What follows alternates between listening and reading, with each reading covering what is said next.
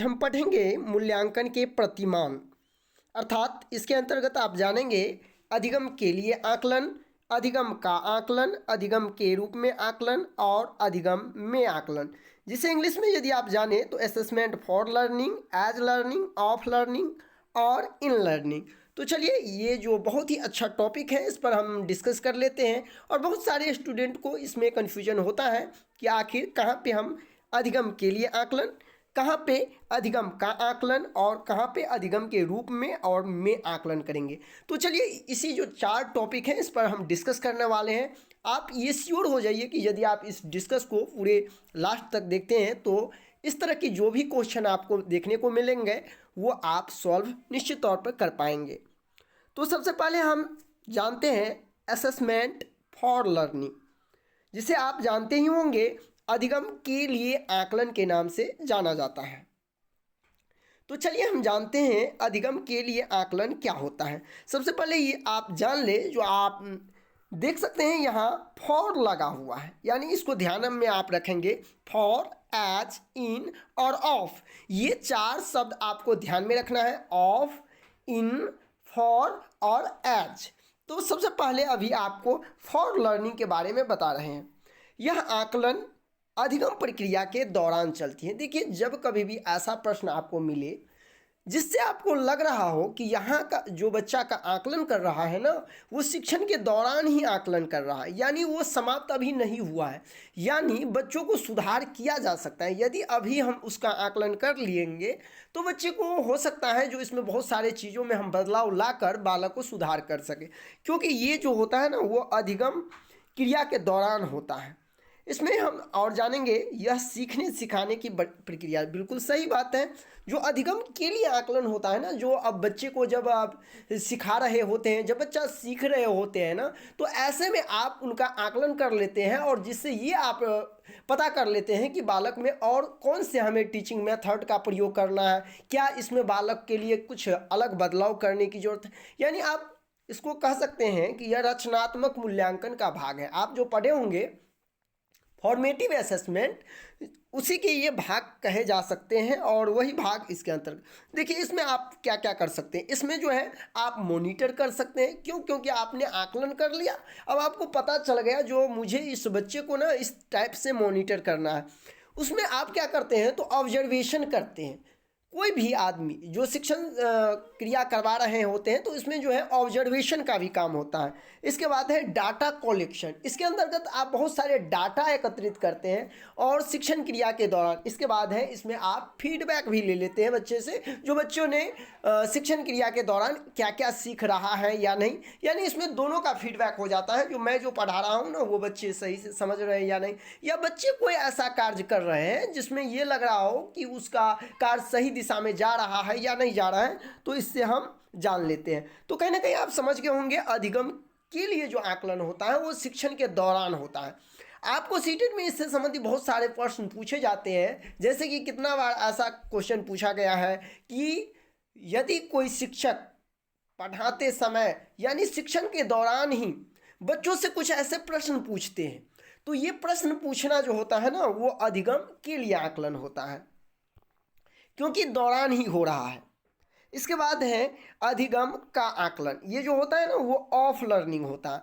ये summative assessment का भाग भी कहे जाते हैं, क्योंकि ये सत्र समाप्ति के बाद होता है। आप पढ़े होंगे फॉर्मेटिव असेसमेंट और समेटिव असेसमेंट, तो उसके अंतर्गत आप जानते होंगे जो समेटिव असेसमेंट क्या कहता है, योगात्मक आकलन, संकलनात्मक आकलन। यानी जब हम सब सत्र जो समाप्त होता है ना, सब मेरा जो पाठ्यक्रम है सिलेबस खत्म होने के बाद जो हम मूल्यांकन करते हैं। अब जैसे आपसे पूछा गया एक क्वेश्चन है कि एक बालक को शिक्षक ने भ्रमण की यात्रा पर ले जाते हैं और वहाँ से आने के बाद देखिए भ्रमण की क्रिया जो है ना वो खत्म हो चुका है, तब जब उनका मूल्यांकन होगा वो असेसमेंट ऑफ लर्निंग हो जाता है। क्योंकि ये उस चीज़ के दौरान जैसे ही आपको पता चले जो कोई चीज़ खत्म हो चुका है तो वो असेसमेंट ऑफ लर्निंग होगा। इससे क्या क्या होते हैं तो इससे हम जजमेंट करते हैं बालक को, जो बालक कैसा है, बालक की जो सीखने की गति क्या था नहीं था, ये जजमेंट देने का काम करता है अधिगम का मूल्यांकन। इसके बाद है यह संकलनात्मक मूल्यांकन का भाग है, बिल्कुल सही।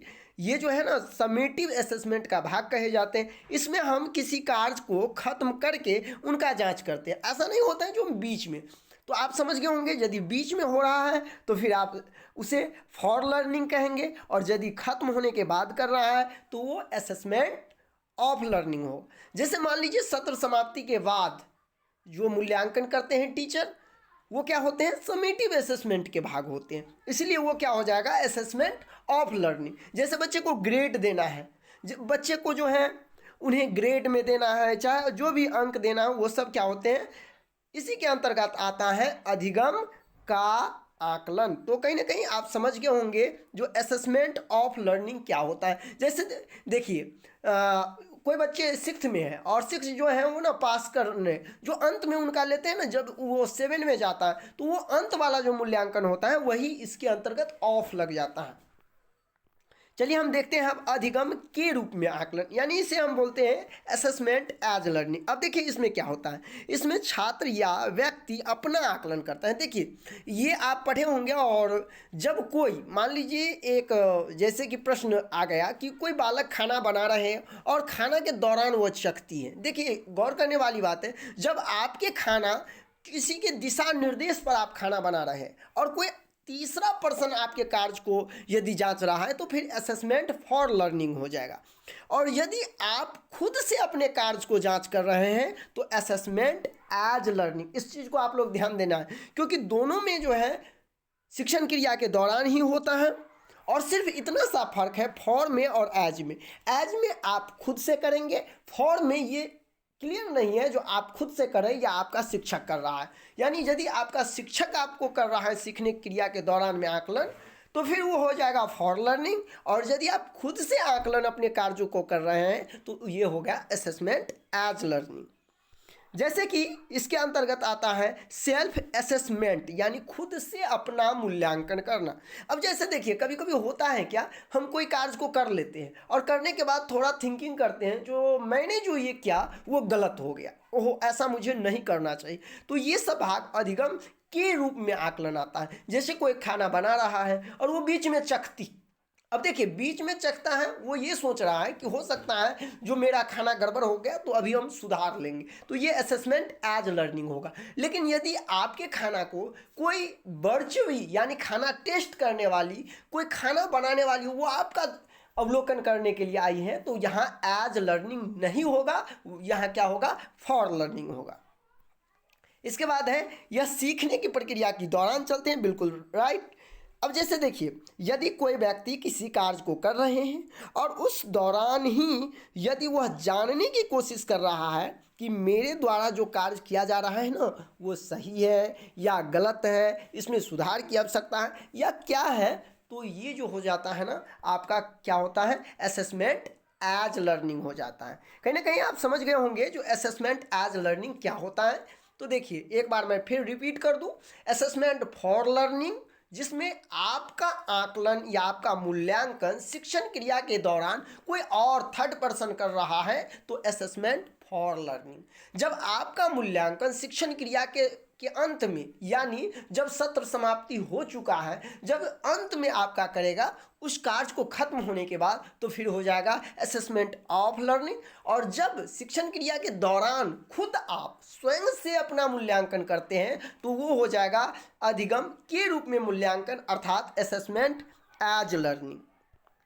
अब जो मेरा लास्ट है वो अधिगम में आकलन है। अब इसको हम सबसे पहले आपको एक चित्र के माध्यम से बताते हैं, जो देखिए कैसा है। देखिए ये अध्याय 3 है और उष्मा का चैप्टर है। अब देखिए इसमें क्या किया गया है, इतना सारा चीज़ आप पढ़ रहे हैं और पढ़ते पढ़ते यहाँ गतिविधि दे दिया। अब देखिए ये पढ़ने के बाद आपकी जो गतिविधि आपसे पूछा जाता है कि आइसक्रीम ठंडा होता है या गर्म होता है। देखिए होता है क्या, जब आपका जो टीचिंग प्रोसेस होता है ना, और इसके बीच में ही यदि आपसे कोई ऐसे प्रश्न पूछ लिया जाता है, आपसे कोई सवाल बनवा लिया जाता है, तो ये होता है अधिगम में आकलन। यानी आपका अधिगम तो चल रहा है, इसी में हम आपका अवलोकन कर लिए। देखिए इसका उद्देश्य ये नहीं होता है जो आप में हम सुधार लाए या क्या करें, बस आप में सक्रियता लाने के लिए जो आप टीचिंग लर्निंग जो प्रोसेस चल रहा है उसमें आप सक्रिय हैं या नहीं है, तो इसकी जानकारी के लिए जो है ना इस तरह के प्रश्न आप एनसीईआरटी के बुक में भी देखे होंगे, इस तरह का प्रश्न दिया जाता है। तो आप देख लीजिए,